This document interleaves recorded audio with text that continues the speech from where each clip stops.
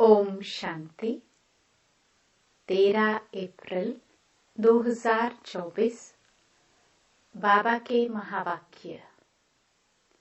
मीठे बच्चे, बाबा 21 जन्म के लिए तुम्हारी दिल ऐसी बहला देते हैं जो तुम्हें दिल बहलाने के लिए मेले, मलाखड़े आदि में जाने की दरकार नहीं। प्रश्न। जो बच्चे अभी बाप के मददगार बनते हैं उनके लिए कौन सी गारंटी है? उत्तर। श्रीमत पर राजधानी स्थापन करने में मददगार बनने वाले बच्चों के लिए गारंटी है कि उन्हें कभी काल नहीं खा सकता। सतयुगी राजधानी में कभी अकाले मृत्यु नहीं हो सकती है। मददगार बच्चों को बाप द्वारा ऐसी प्राइज मिल जाती है जो 21 पीढ़ी तक अमर बन जाते हैं। ओम शांति। बने बनाए सृष्टि चक्र अनुसार कल्प पहले मुहाफिक शिव भगवान वाच। अब अपना परिचय तो बच्चों को मिल गया, बाप का भी परिचय मिल गया। बेहद के बाप को तो जान लिया और बेहद के सृष्टि के आदि मध्य अंत को भी जान लिया। नंबरवार पुरुषार्थ अनुसार कोई अच्छी रीति जान जाते हैं जो फिर समझा भी सकते हैं, कोई अधूरा कोई कम। जैसे लड़ाई में भी कोई कमांडर चीफ, कोई कैप्टन, कोई क्या बनते हैं। राजाई की माला में भी कोई साहूकार प्रजा, कोई गरीब प्रजा नंबरवार है। बच्चे जानते हैं बरोबर हम खुद श्रीमत पर सृष्टि पर श्रेष्ठ राजधानी स्थापन कर रहे हैं। जितनी जितनी जो मेहनत करते हैं उतनी उतनी बाप से प्राइज मिलती है। आजकल शांति के लिए राय देने वाले को भी प्राइज मिलती है। तुम बच्चों को भी प्राइज मिलती है। वह उनको नहीं मिल सकती। उनको हर चीज अल्पकाल के लिए मिलती है। तुम बाप की श्रीमत पर अपनी राजधानी स्थापन कर रहे हो, सो भी 21 जन्म 21 पीढ़ी के लिए गारंटी है। वहां बचपन व जवानी में काल खाता नहीं। यह भी जानते हो न मन न चित था हम ऐसे स्थान पर आकर बैठे हैं जहां तुम्हारा यादगार भी खड़ा है, जहां 5000 वर्ष पहले भी सर्विस की थी। दिलवाड़ा मंदिर, अचल घर, गुरु शिखर हैं। सतगुरु भी ऊंचे ते ऊंच तुमको मिला है, जिसका यादगार बनाया हुआ है। अचलगढ़ का भी राज तुम समझ गए हो। वह हुई घर की महिमा। तुम ऊंच ते ऊंच पद पाते हो अपने पुरुषार्थ से। यह है वंडरफुल तुम्हारा जड़ यादगार। वहां ही तुम चैतन्य में आकर बैठे हो। यह सब है रूहानी कारोबार जो कल्प पहले चली थी। उनका पूरा यादगार यहाँ है। नंबर 1 यादगार है।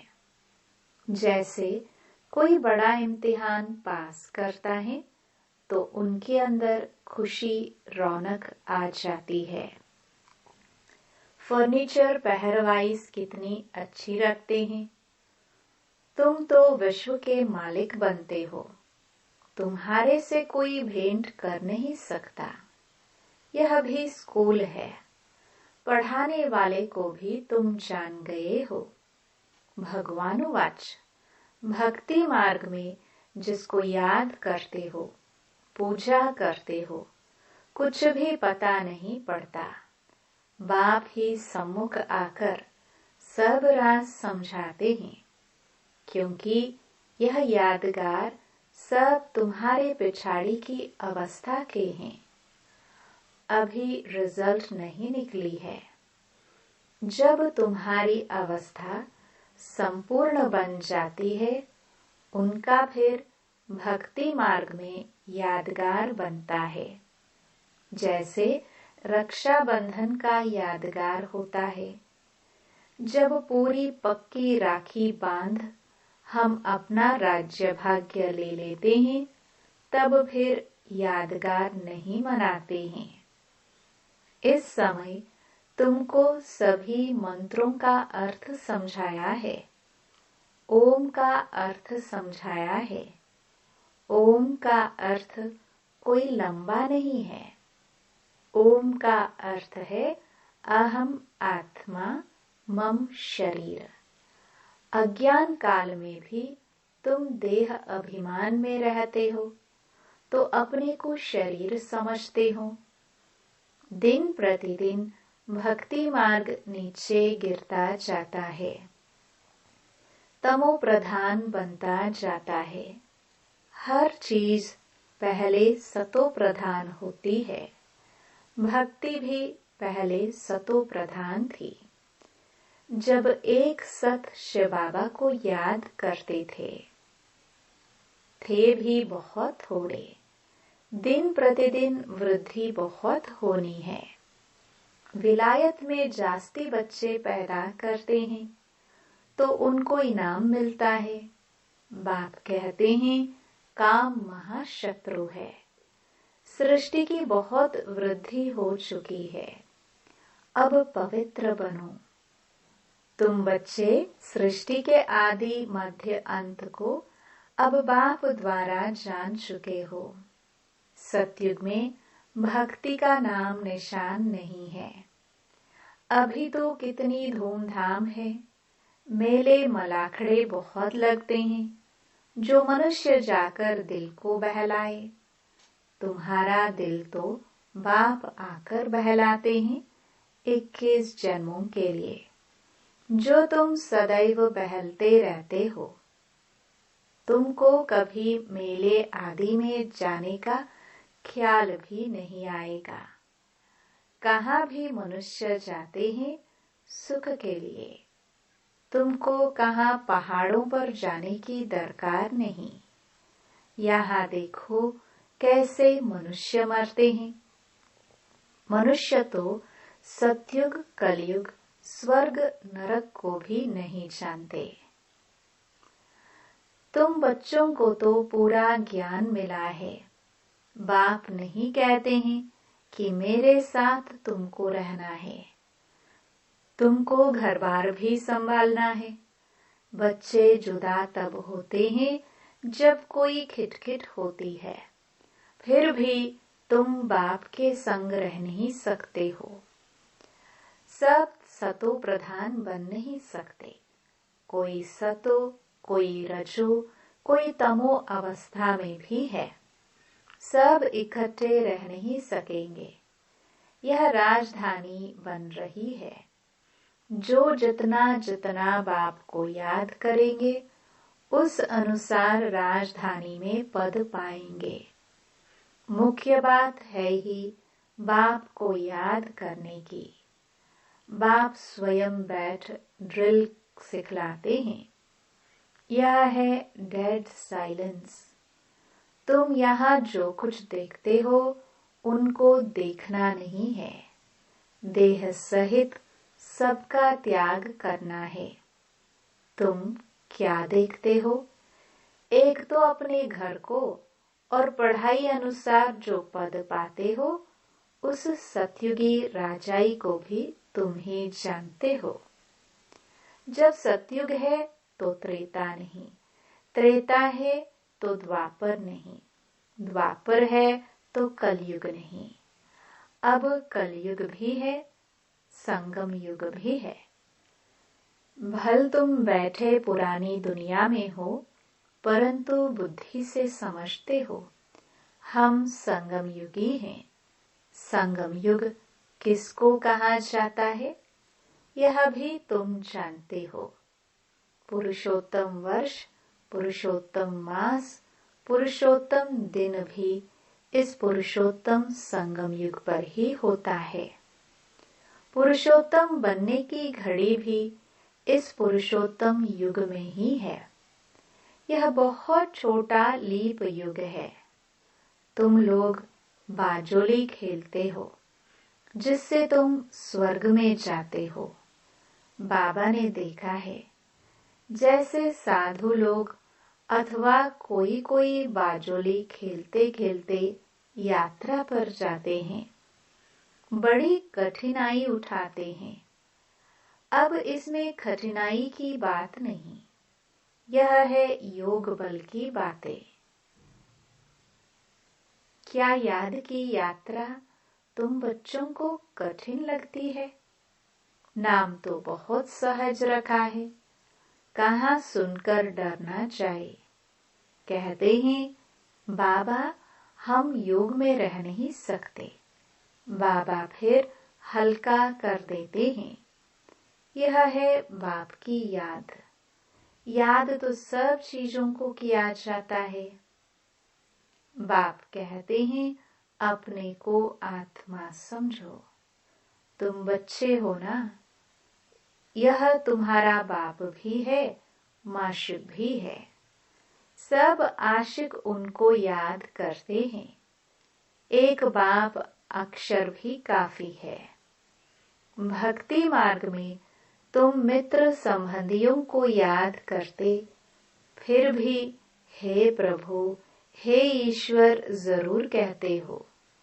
सिर्फ पता नहीं कि यह क्या चीज है। आत्माओं का बाप तो परमात्मा है। इस शरीर का बाप तो देहधारी है। आत्माओं का बाप अशरीरी है। वह कभी पुनर्जन्म में नहीं आते और सभी पुनर्जन्म में आते हैं, इसलिए बाप को ही याद करते हैं। जरूर कभी सुख दिया है। उनको कहा जाता है दुख हरता सुख करता, परंतु उनके नाम रूप देश काल को नहीं जानते हैं। जितने मनुष्य उतनी बातें, अनेक मत हो गई हैं। बाप कितना प्रेम से पढ़ाते हैं। वह है ईश्वर, शांति देने वाला। कितना उनसे सुख मिलता है। एक ही गीता सुनाकर पतितों को पावन बना देते हैं।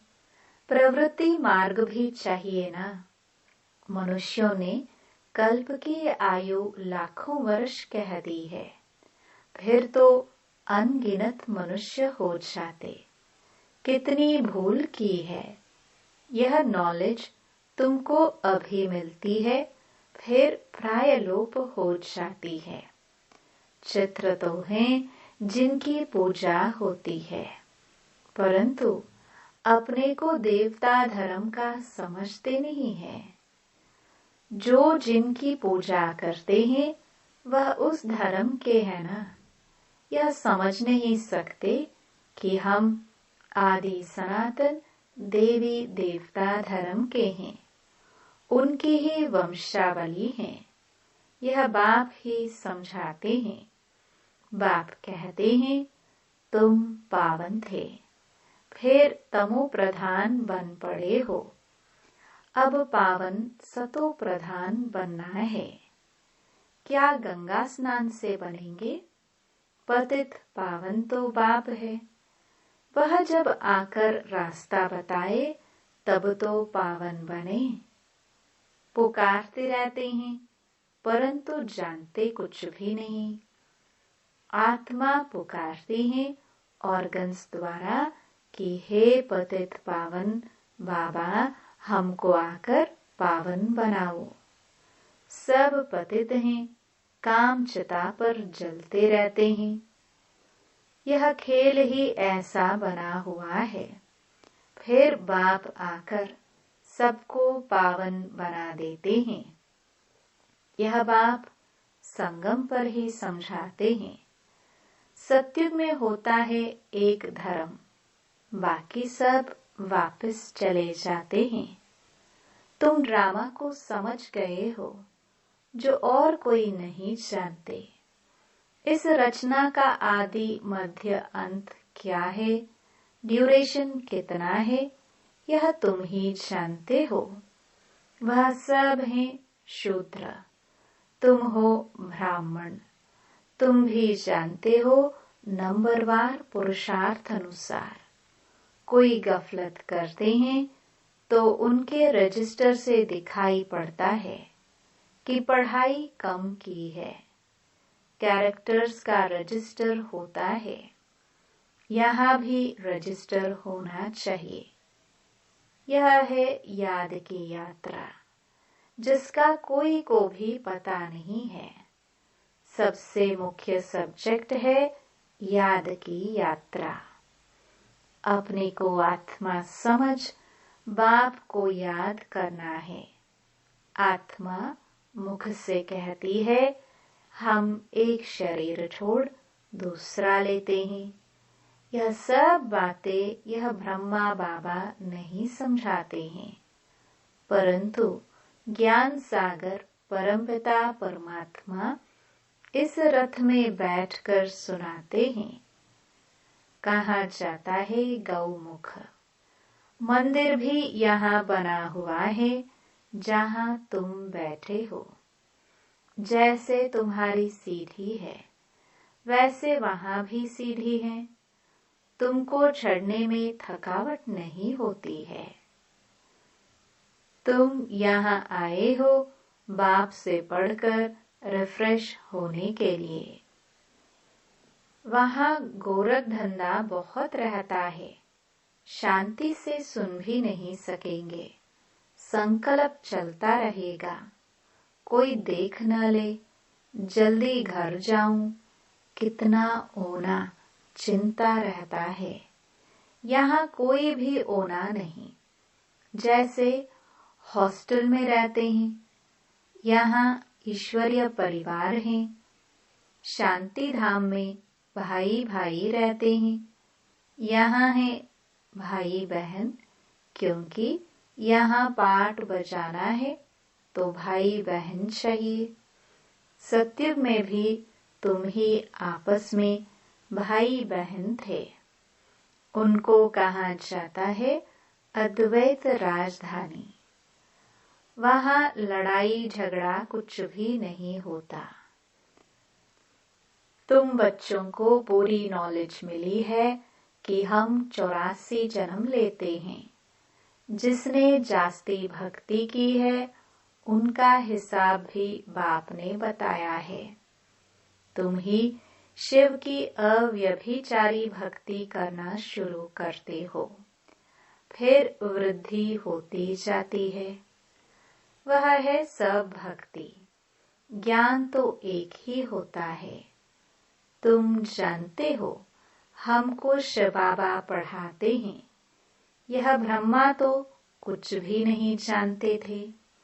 जो ग्रेट ग्रेट ग्रैंडफादर था, वह इस समय यह बने हैं, फिर मालिक बनते हैं। तत्त्वम। एक तो मालिक नहीं बनेंगे ना। तुम भी पुरुषार्थ करते हो। यह है बेहद का स्कूल। इसकी ब्रांचेस ढेर होंगी, गली गली घर घर में हो जाएंगे।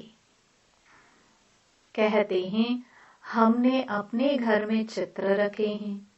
मित्र संबंधी आदि आते हैं तो उनको समझाते हैं, जो इस झाड़ के पत्ते होंगे वह आ जाएंगे। उन्हों के कल्याण के लिए तुम करते हो। चित्रों पर समझाना सहज होगा। शास्त्र तो ढेर पढ़े हैं, अब सब भूलने हैं।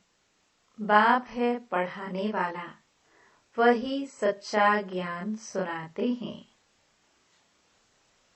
अच्छा। मीठे मीठे सिखिलदे बच्चों प्रति माता पिता बाप दादा का याद प्यार और गुड मॉर्निंग। रूहानी बाप की रूहानी बच्चों को नमस्ते। धारणा के लिए मुख्य सार। पहला, डेड साइलेंस की ड्रिल करने के लिए यहाँ जो कुछ इन आंखों से दिखाई देता है उसे नहीं देखना है। देह सहित बुद्धि से सबका त्याग कर अपने घर और राज्य की स्मृति में रहना है। दूसरा, अपने कैरेक्टर्स का रजिस्टर रखना है। पढ़ाई में कोई गफलत नहीं करनी है। इस पुरुषोत्तम संगम युग पर पुरुषोत्तम बनना और बनाना है। वरदान, सदा सर्व प्राप्तियों से भरपूर रहने वाले हर्षित मुख हर्षित चित्त भव। जब भी कोई देवी या देवता की मूर्ति बनाते हैं तो उसमें चेहरा सदा हर्षित दिखाते हैं, तो आपके समय के हर्षित मुख रहने का यादगार चित्रों में भी दिखाते हैं। हर्षित मुख अर्थात सदा सर्व प्राप्तियों से भरपूर। जो भरपूर होता है वही हर्षित रह सकता है। अगर कोई भी अप्राप्ति होगी तो हर्षित नहीं रहेंगे। कोई कितना भी हर्षित रहने की कोशिश करे, बाहर से हंसेंगे लेकिन दिल से नहीं। आप तो दिल से मुस्कुराते हो क्योंकि सर्व प्राप्तियों से भरपूर हर्षित चित्त है।